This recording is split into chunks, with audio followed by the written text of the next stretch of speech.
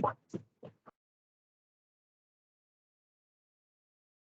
everyone, welcome to my presentation. I'm Rachel Russell from Foundations and I'm really sorry that I can't be with you today. Unfortunately, something came up at short notice, so as I say, I can't be with you, but hopefully this presentation will just be as good as if I was there in real life. Please don't worry about making copious amounts of notes because I will send you a copy of the presentation as well as a number of different links that I think you'll find useful as well. As I say, I won't be there to answer any questions, but hopefully if you do have any questions, they can be gathered in at the end. And then I can provide some responses to those questions that you might have at the end of the presentation. So what I'm going to do this afternoon is just talk a little bit around the new DFG assessment framework and around is it necessary and appropriate. This comes out of, hopefully you'll all be aware that the government last March, so it's now a year old, is this new guidance, but the government, after 17 years, published new DFG guidance. And in the guidance is a framework that helps you explore in your role as an OT in the DFG process a little bit around what you should be considering as necessary and appropriate. We've got a little bit of an update as well because there's been a judicial review a few months ago that has got us thinking at Foundations around whether we need to have a look and build on the current framework that's in the new guidance. So that's what we're going to cover this afternoon. So as I said, this is new DFG guidance. Hopefully you have all seen it. I think, and we've got feedback from lots of people, that it's a really easy to read guide and is a really useful document. There's 7 chapters. If I were to advise you or prioritise which chapter you should read, I would highly recommend that you read chapter 4, which is all about the DFG process and particularly looks at that role that you have as an occupational therapist in that DFG process. Just a little bit around why the guide looks and has got what it has in the guide. Back in 2018, you may or may not be aware, but the government commissioned a review of the DFG process. And it was a big review. I was actually part of the team that was involved in that review. And at the end, the review team, I think that it was about 76 recommendations that we made to government. What was really positive is that lots of those recommendations that we made to government around the issues and opportunities that we have with the DFG are actually within that new guidance. Our director, Paul Smith, was also heavily involved in writing the new guidance. And for anybody that's a member of the DFG Champions Facebook page, Paul actually went back, I think, through about 3 years worth of questions that had been posted on the DFG Champions Facebook group. And he made sure that all the answers to those questions were in the guide. So that just gives you a feel for why the guide looks like it does. Adaptations, and very much at the heart of the new guidance, is the government's ambition in terms of the role that equipment, adaptations and assistive technology will play in supporting older and disabled people to remain independent in their own homes or to at least live the lives that they want to in their own homes, which is why the government over the last 10 years has really heavily invested in the DFG. So thinking about 2015-16, the government allocation to local authorities was around 256 million. And this year's allocation to local authorities, that's 2023 to 2024, is around £500 million, around 570 million pounds, so nearly £500 million. So you can see that the government has invested a lot And that's because it recognises the value that adaptations can play in supporting people remain in their own home. Interestingly, hopefully you will all be aware that about 3 weeks ago, the government published an update on the social care white paper that it published at the end of 2021. And the government has committed this year an additional 50 million towards the DFG allocation. And then for 24-25, it's committed an additional 52 million, again, emphasising the importance that government plays on the DFG. What the government also said in the white paper, which I think that we need to be mindful of in social care, is that for any adaptation to be successful, it relies on the provision of those adaptations in a timely way. So we have to think around how we ensure that we don't have people, particularly older people with quite simple needs, who tend to be the people that wait for adaptations because we see them as having less risk. It's really vital that we think about not allowing those people to wait on waiting lists, because what we do know, what the evidence shows, is that longer those people wait for adaptations, the more costly adaptations they require, because as their needs increase, and also the adaptations tend to be not as effective if people have to wait. So it's really good news for OTs in terms of the way that the government looks and values adaptations, equipment and assistive technology, because that's a core element of how we support people in terms of improving occupational performance and participation is that use of the adaptation. Just in terms of the guide, so the new guidance doesn't change any of the statutory duties that local authority have around the delivery of the DFG.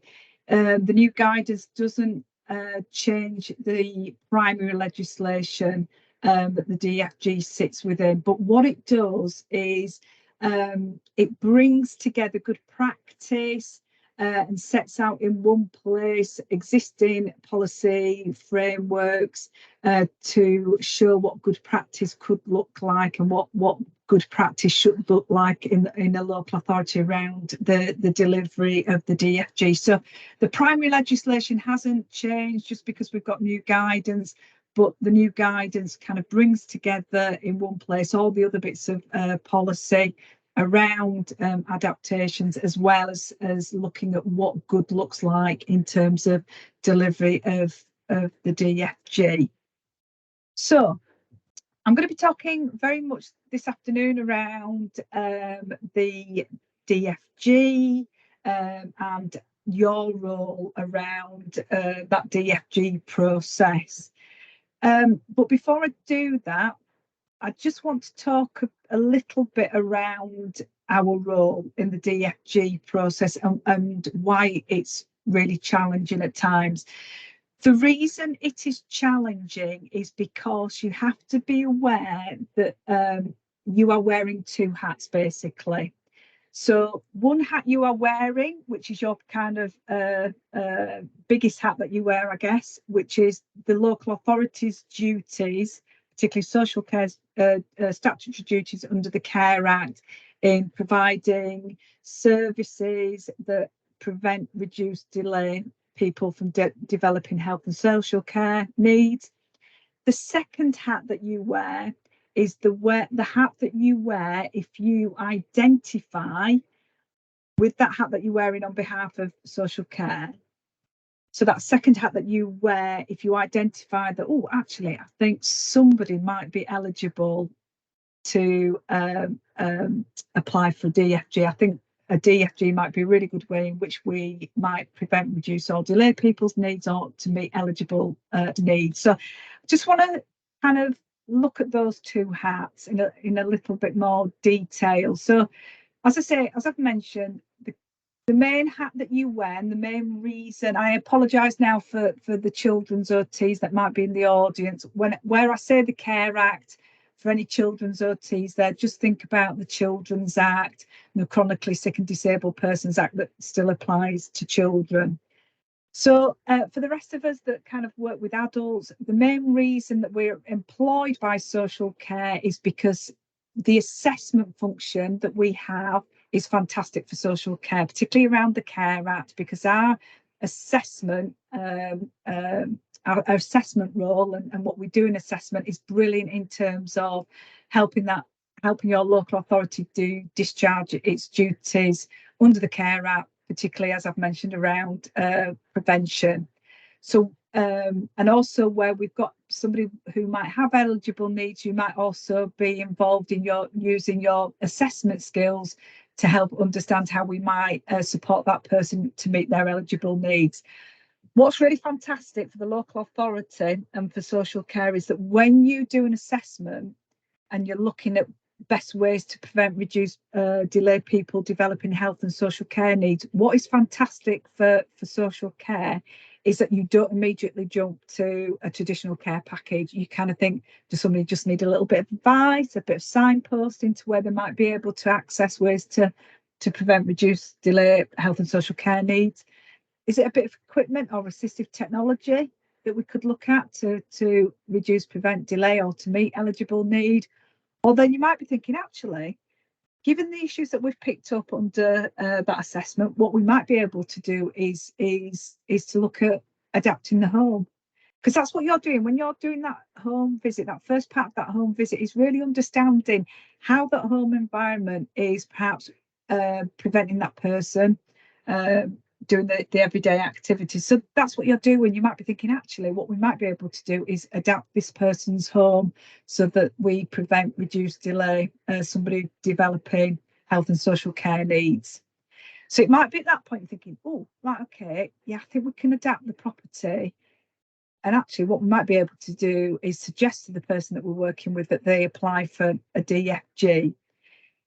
If you get to that point, you're thinking, I think we might look at helping this person apply for a DFG. It's about recognising that actually I need to take my social care hat off because I'm now putting my DFG hat on, and I'm going to be using my assessment skills to then help the housing team to help that person apply for a DFG. So you need to take your social care hat off, and you need to social care hat on. That's not very easy to say. And you need to put your DFG hat on. So what you have to recognise is that you're now supporting that person to apply for a DFG. The DFG sits within housing legislation, and it sits in this lovely piece of legislation called the Construction and Regeneration Act. 1996. And what you're doing is you're actually providing guidance to housing around what adaptations you think are appropriate, obviously working alongside the older or disabled person, what adaptations, knowing your skills around using your skills to understand what the barriers are in the home environment, what is stopping that person doing those everyday activities, and what are going to be the most necessary and appropriate adaptation for that person to have the most cost-effective adaptations as well. What you need to be aware of when you've got your DFG hat on and you're helping that person to apply for DFG, it's got really specific purposes, okay? And it can't necessarily do everything that you might be looking at when you've got your Care Act hat on. I'm going to give a really crude example of what I mean, and I'm going to say the word scooter, and I'm sure everybody's eyes have started rolling now, because I know that we all love when we get that referral for somebody who is looking for a ramp for a scooter.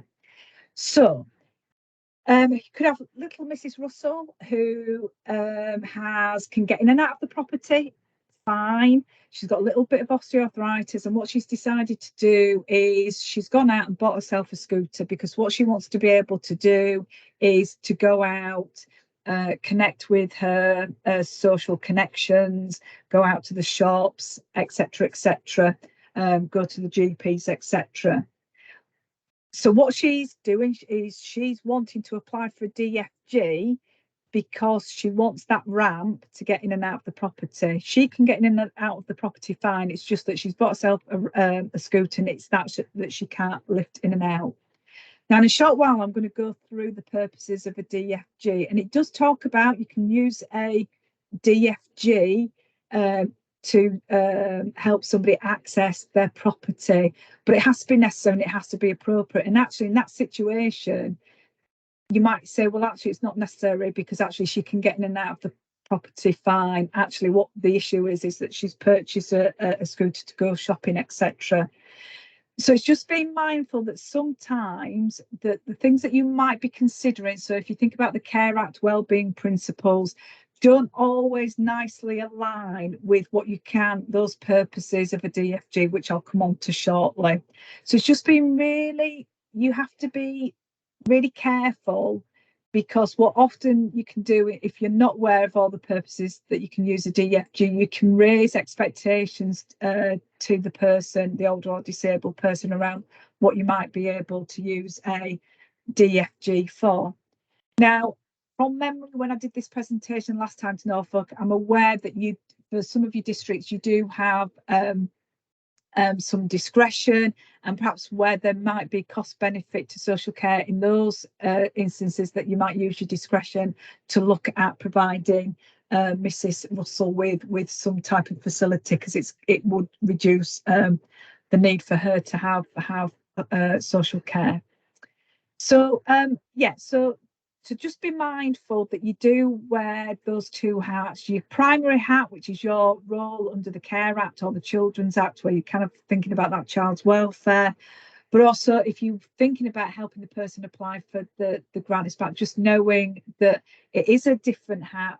And although the two hats complement each other, sometimes they don't always complement each other. I think it's just important that you're aware of that, particularly given your role under the necessary and appropriate element. So on this lovely slide, I can't take any credit for this slide. This slide is from a colleague in West Yorkshire. She's Anita Mottram, who's the principal OT in Kirklees.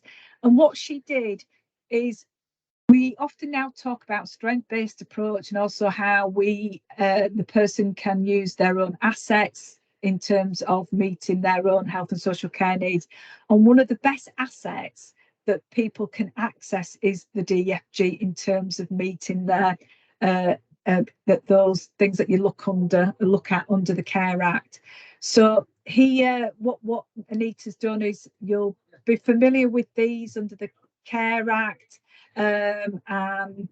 So we've got managing nutrition, and what Anita's done is she has looked at how you can use the DFG to actually meet that need there. So I love this slide because it kind of shows you those two elements there in terms of the use of the DFG and how you can use it in terms of eligible need or needs under the Care Act. So I really love that slide that Anita has done. So you might be saying, well, Rachel, it's all right, you've said all that, but what do I do if I've got a case and I'm getting caught up in the middle because we can't use the DFG? This next slide is taken from the guidance, and it just reminds social care that where a need has been determined and has been established, it's social care's duty to assist, even where the housing authority is unable to approve a grant or to fully fund an application. So again, I think it was actually Anita who had a case in Kirklees where they couldn't use the DFG to fund, I think it was actually widening a path for up to a scooter shed for somebody. And what they were able to do was actually make the case to social care and got a personal budget for the individual to widen the path for the scooter. Again, another one that can often crop up, because you'll only be too aware in terms of the DFG test of resources, that sometimes it's not particularly fit for purpose for disabled people who are still working, because it doesn't take into account things like mortgages, etc. And again, where somebody may not be able to afford their assessed contribution, again, there's that opportunity to have a conversation with social care around whether there's some support and assistance that they can give to somebody And I know certainly in the local authority I worked with, we had a lady with MS whose husband was still working. They couldn't afford their assessed contribution, and we looked at stepping in at social care, because what we recognised that is if we didn't do the adaptations, this lady would likely end up in residential care, because she was falling, etc. So the consequences of her falling again probably would have led to her either needing a more costly care package or going into long-term care. So we actually stepped in and looked at and provided financial support. So hopefully where you've got those cases, this bit in the, I think this is in chapter 2 of the new DFG guidance, just reminds social care of their responsibilities as well.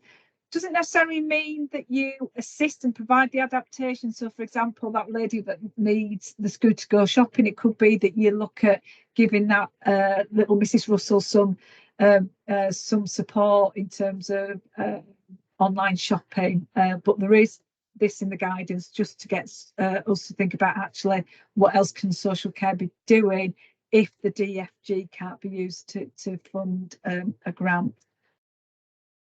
So what the really good thing about the new guidance, it really helps, if you have a read of it, really helps you deal with those cases where you're just wondering if a DFG is going to be appropriate or not. And we get a lot of calls at foundations, we get calls from OTs, technical officers, caseworkers, etc., asking us around, can I give a grant for such and such?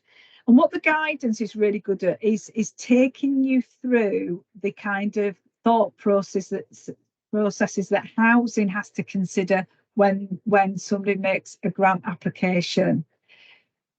So can I give a grant for X, Y, and Z? And as it says here, it really does depend. What the guidance sets out is it makes it clear, really, those 4 elements of making a robust DFG decision. So whether something is or can be funded through the DFG. So the 4 key elements of making a robust DFG decision are, firstly, is there a disabled occupant? Secondly, do we have an applicant? Third is, are the works eligible? And then the 4th decision is around the amount of grant that's going to be available for that funding. So what I just want to quickly go through before I get on to necessary and appropriate framework, and it will become clear why I'm going through these 3 elements. I'm going to go through disabled occupant, the applicant, and the eligible work. So, but I'm just not going to touch so much this afternoon around, or this morning, around amount of grant. So really quickly, in terms of disabled occupant, well, you obviously need a disabled person. And again, the guidance is really good at setting out what a disabled person, it's very much around impairment. Yes, it can include people with sensory, cognitive, mental health issues, as well as physical disabilities. So you need a disabled person, and you have to have some type of accommodation. If you've got those 2 things, then you've fulfilled that first element in making a decision about whether somebody's eligible to apply for DFG, because you have a disabled occupant. The second thing in terms of that decision, you need to make sure that you've got an applicant. Now, the applicant isn't always necessarily the disabled person. The applicant is either the tenant, the owner, or the occupant. And when we say occupant, we're referring to occupant of a houseboat, caravan. So that isn't always a disabled person. So it could be little Mrs. Russell's moved into her son or daughter's property.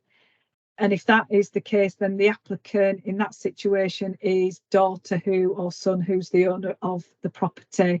The person that's means tested, though, is the disabled person, and if they have one, a partner. So then, after we've done those 2 very simple things, we then have to decide what works and whether the works are eligible. Now, in terms of this, it's a 2-stage test. So the first part of the test, which is a very objective test, is does what the person is asking for in the application, does it meet one or more of the purposes for which you can use a DFG, which I'll come to on the next slide. So that's quite objective. There's 13 purposes which you can use a DFG for. The second part of the test is it necessary and appropriate, and is it reasonable and practicable? Now, those two elements are kind of the more subjective out of the test. And then, so obviously in terms of eligible works, everybody's an individual, everybody's situation is very different. So what you might do for Mrs. what is necessary and appropriate and reasonable, practicable for Mrs. Russell at number 23 might be very different to Mr. Jones at number 43. So this eligible works, it all really depends on those individual circumstances. So does it meet one or more 13 purposes for which you can use a DFG? And then that second part of the test, which is necessary and appropriate, reasonable and practicable. So let me just show you, we've got a swishy slide that our director has created, and I'm hoping that this will work. So you might go in and see somebody, think, actually, we might be able to support you to apply for this Closomat toilet. Other brands of self-cleaning, drying toilets are available.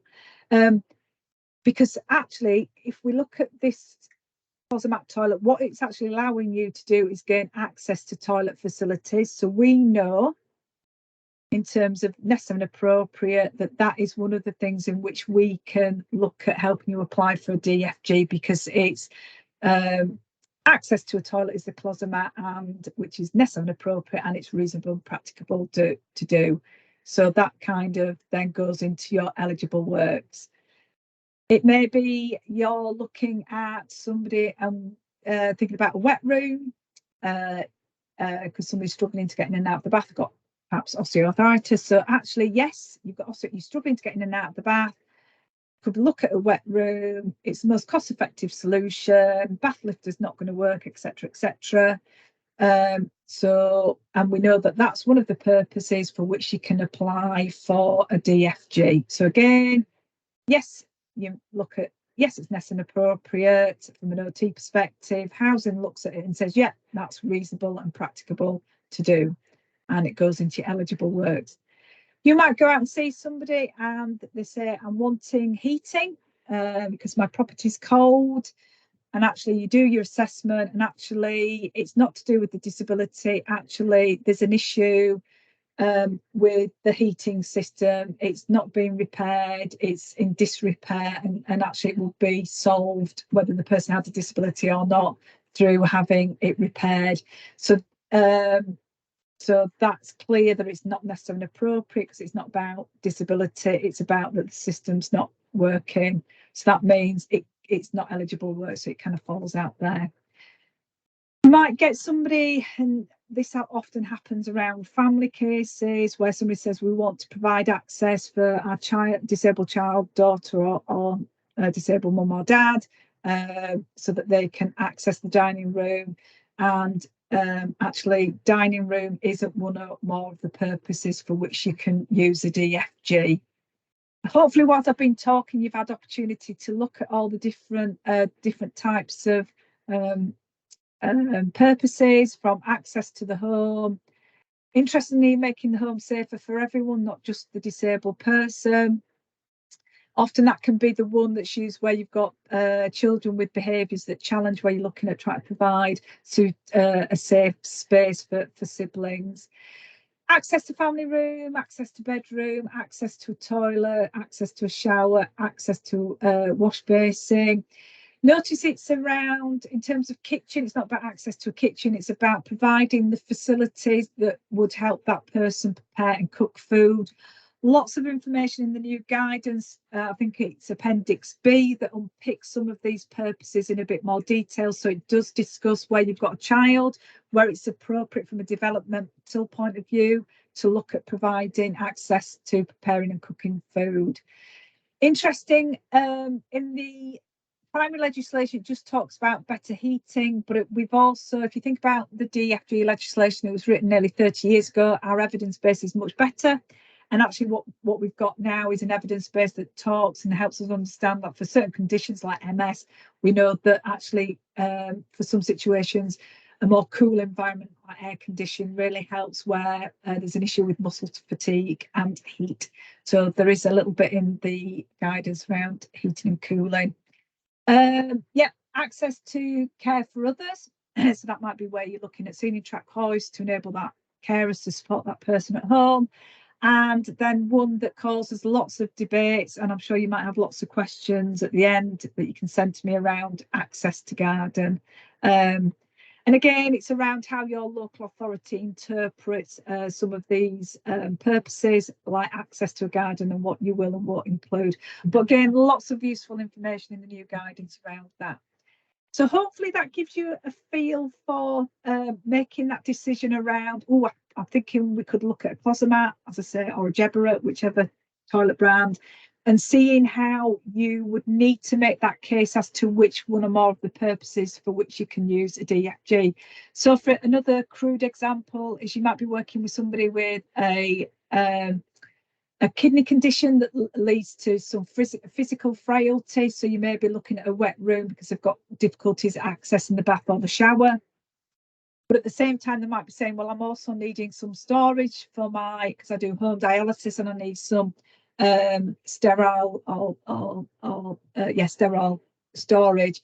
And again, you could look at access to bathing, but as you'll see, one of the purposes isn't access to storage for equipment, such as stuff that you would use for kidney dialysis. So hopefully that gives you a feel for that kind of decision making when somebody applies for a DFG. It's quite simple in a way. You need a disabled occupant, you need an applicant, and then you need to decide that two-stage test around eligible work. So which one or more of the purposes does it fulfil, and is it necessary and appropriate? So having said that, I just want to talk about in the new guidance, there is now a framework to help us explore necessary and appropriate, and why it's really important to think about what you think about when you're looking at what is necessary and appropriate. So I just want to give a very quick case study of a case that was in Redbridge that went to judicial review and findings from that.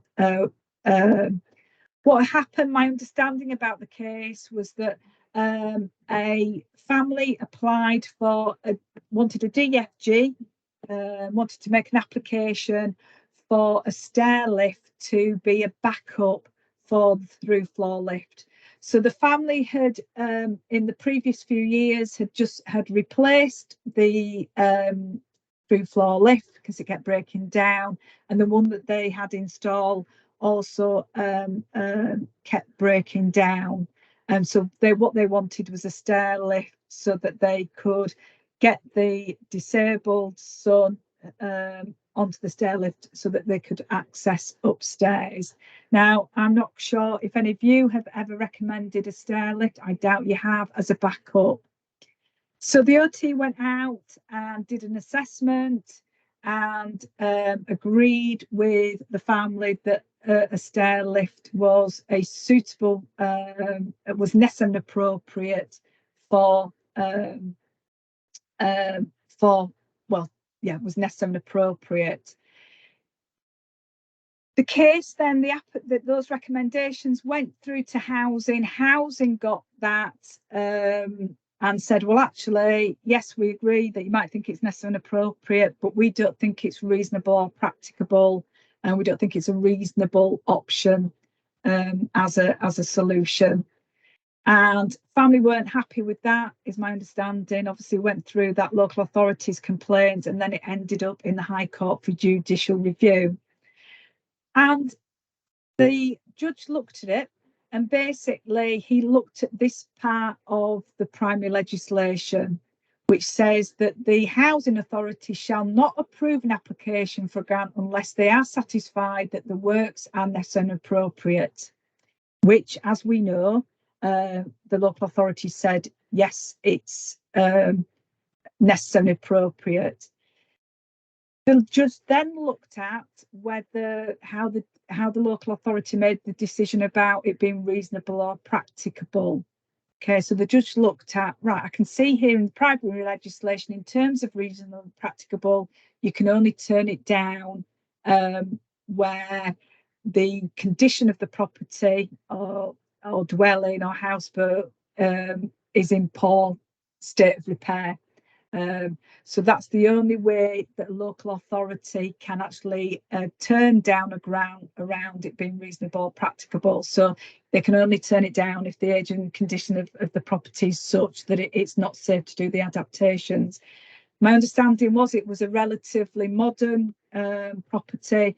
So actually, that's where the local authority was criticised, and the judge said, well, actually, no, you can't turn it down, because actually what we know is the property is in reasonable nick, as it were. Excuse my colloquialism and non-technical terminology there. So actually the judge said, look, you've actually come to the wrong conclusion, because you've said it's necessary and appropriate. And the second thing is you can't turn it down because the property is reasonable age and it's in reasonable condition. So my understanding is the judge has actually asked Redbridge to actually go back and look at that decision around whether that decision around necessary and appropriate that was made by the OT was the most appropriate decision. So what we're aware of, or what you need to be aware of, is necessary and appropriate, reasonable and practicable. It's always housing that has the final decision. And what they're doing is they're taking your information and using your assessment to help guide that. What you'll know as a two-tier authority is that your district council has to consult with county, so has to consult with yourselves around what you see as being necessary and appropriate. But it's still their final decision. So what was really good in the new guidance, and perhaps what the previous OT that did the assessment at Redbridge perhaps wasn't aware of, is in the new guidance, what is brilliant is that we now have these 9 guiding principles that came up from, so this was some work that Frances Hayward, a researcher, did in the early 2000s. She went back and looked at all the DFGs that had not gone right quite as to plan, had not worked for the individual, and she identified that what was missing from that initial assessment around necessary and appropriate was these elements here. And this was something that I recommended in the DFG review, that this be included, and it's great that government has included this in the new guidance. Hopefully, as I'm talking and you're reading through these, you'll kind of celebrate this, because it really speaks to us as OTs in terms of the things that we look at and seen as being as important. Now, it doesn't necessarily change the decisions that you make, but hopefully it changes your approach in terms of the things that you will discuss and talk to with the person. So I often get lots of members of the public ringing and saying, look, I'm aware that, social care doesn't have or housing doesn't have a bottomless pit of money, but when I was assessed, I just didn't feel that I got my voice heard, and if I had, I would have gone. So I think what these 9 principles do, I think hopefully it helps us give voice to the person that we're working with in terms of the kind of things that we should be considering. However, I think going back to the Redbridge case, I think what we've begun to recognise is that although these 9 guiding principles are brilliant, perhaps they don't cover everything that housing also needs to consider in their role in deciding what's necessary and appropriate. So I don't know whether you'll get the noise here. No, I don't think. Oh, you have. Hopefully that's woken you up. So we're doing some work at the moment in foundations to look at whether we need to build on those 9 principles that are in the guidance. And to do this, you'll be glad to know that my influence as an OT is being used at Foundations to help us explore this. And what we're doing is we're taking those 9 principles and using the PEO models to help us perhaps add some additional bits that we need to think about. So just in terms of the PE model for person, it's about not only just thinking about various bits and pieces, but it's about thinking about body functions, roles and routines, values and beliefs. The environment, it's not just the physical environment, it's also think about the economic environment. I actually think it's this bit that is missing probably from the stuff that we're taught to have a conversation about, that economic evaluation, helping the person understand that we always have to look at the most cost-effective solution, which may not necessarily be what they have kind of envisaged in their mind when you've turned up on the visit. And then we've got the social and cultural environment as well. In terms of occupation, it's obviously things that we want to do, need to do, have to do, those everyday activities that turn something into an occupation. So what we've started to do is we've started to take those 9 principles and look at where they fit under body function. So relief from pain, particular needs of children, looking at roles and routines, so caring for, looking after others, their daily routines, use of the home. So you can see how we're beginning to build up values and beliefs, again, taking what's already in those 9 principles. In the environment, so think about the physical environment. So obviously, again, we've taken bits out of those 9 guiding principles, so minimising barriers to independence. There isn't anything in the current 9 principles around economics, so it's think about cost to meet needs, value for money, looking at how we reduce and minimise care costs. Social and cultural, again, we've begun to pick some of the stuff that's out in the 9 principles, so needs of other family members as well as cultural issues. Occupation. So what we need to do, we've adapted this slightly to perhaps how we would think about this as an OT, but it's taken into account future needs of the person, any anticipated needs that they might have, and the things that we have to do because of the disability. What we have to do, kind of picking up, are there any alternative solutions? So is it a risk assessment that perhaps for the Redbridge case, do they look at respite care or some other more appropriate solution? Can it be, can what we're thinking about doing, can it be actually done? Can it be maintained safely? So those are some additional bits that we've put in there. Have we thought about choices and preferences of the family, and is the environment actually suitable? Can we actually do the adaptations? Is it suitable, and can we provide adaptations that are sustainable? So that's what we're kind of thinking, and that's what we're building on. And this is kind of what we're thinking that eventually that the framework will look like. So you will see in this version that we talk, rather than occupation, we talk about task. I think what we have to recognise is that the DFG process, the OT role is a small part, and we have an understanding of what the word occupation means to us, because that's our professional language.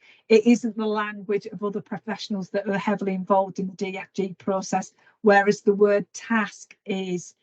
So that's why we've changed it slightly to personal environment task rather than occupation, but hopefully you'll have an understanding of why we've done that.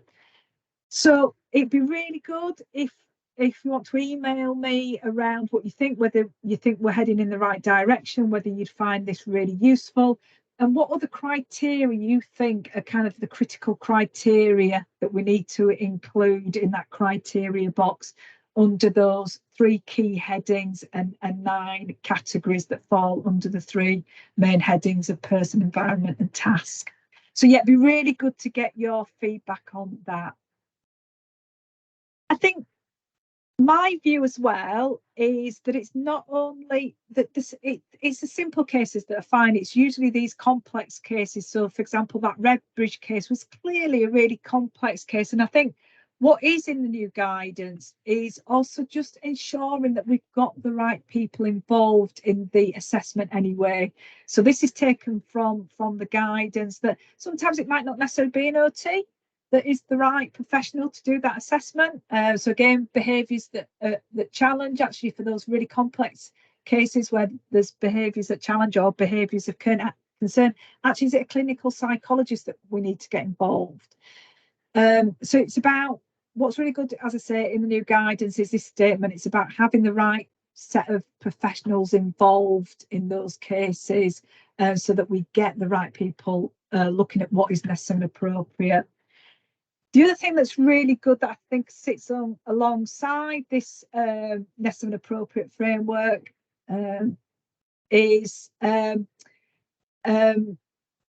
sorry, my slide's not moving on, is that need for collaboration. So as soon as something really looks complex, we need to be working together. What we know is that we get best outcomes in complex cases where we've got joint working. At the end of the day, this might not be a very popular statement, but I am very clear that I am an occupational therapist. I am not a builder or surveyor. That is not my expertise. I have built up over the last nearly 30 years of being an OT, some understanding of construction, built environment. However, my expertise and what I can bring to that collaboration is working with that individual and helping everybody involved in that case understand how the home environment is impacting on that person's occupational performance and what features in the environment is stopping that performance and participation, and the types of adaptations and features within that adaptations that will support that person's independence or support that person's care within the home. That's the bit that I bring in terms of my expertise. So I think what's really good is this recognition in the new guidance that yes, housing adaptations is an OT intervention, but we rely heavily on our housing colleagues to help us deliver that intervention for that individual. And what is included in the guidance is this idea for those complex cases, having this collaborative approach. It's this idea right from the get-go. The person doesn't get caught up between those two decisions around what's necessary and appropriate, reasonable, practicable. We put the person and their family as at the heart of that decision making, and we're working together around what is necessary and appropriate and what is reasonable and practicable. So this guidance, this collaborative model is explained in detail in the new guidance. So hopefully you've got that to have a look at. So that's the main presentation. Just to say, this is the team that I lead. So this is the regional advisors.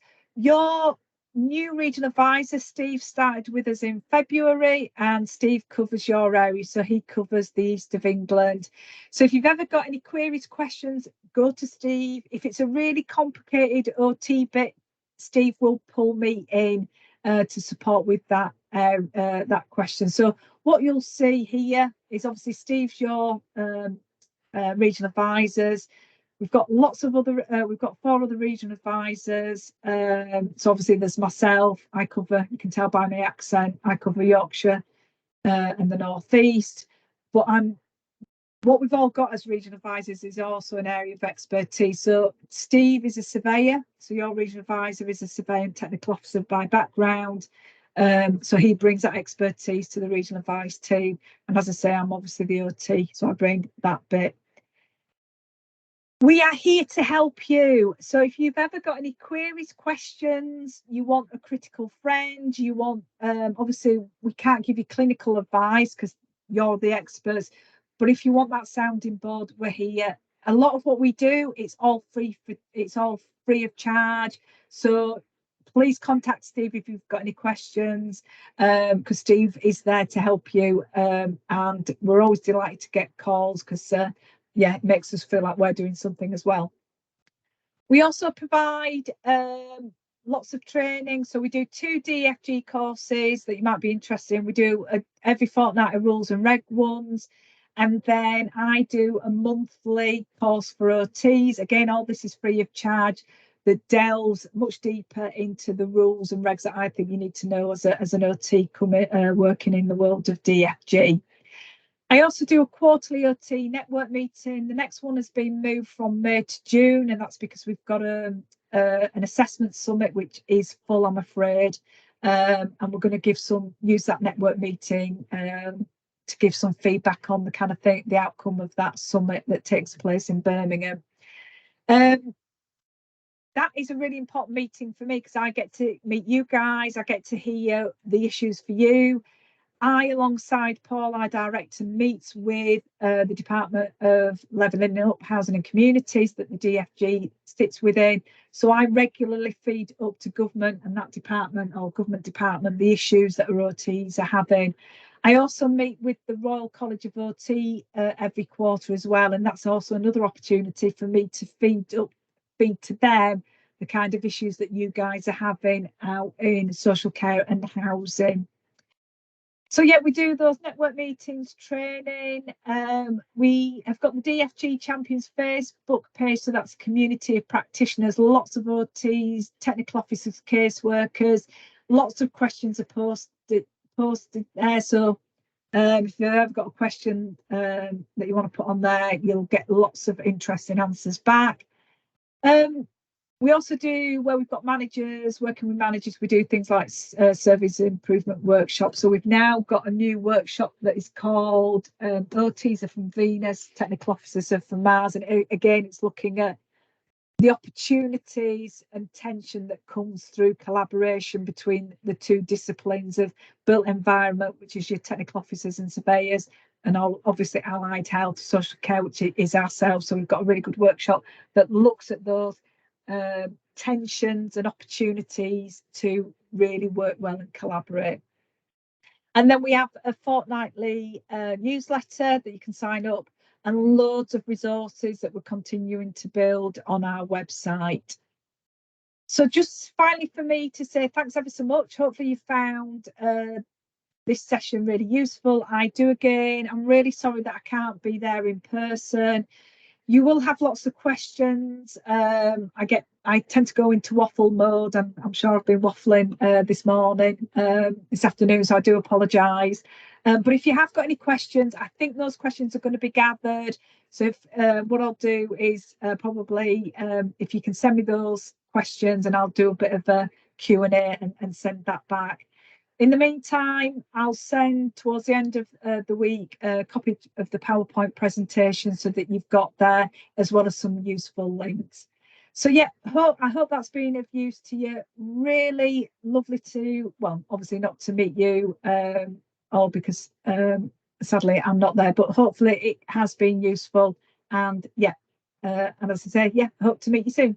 Take care.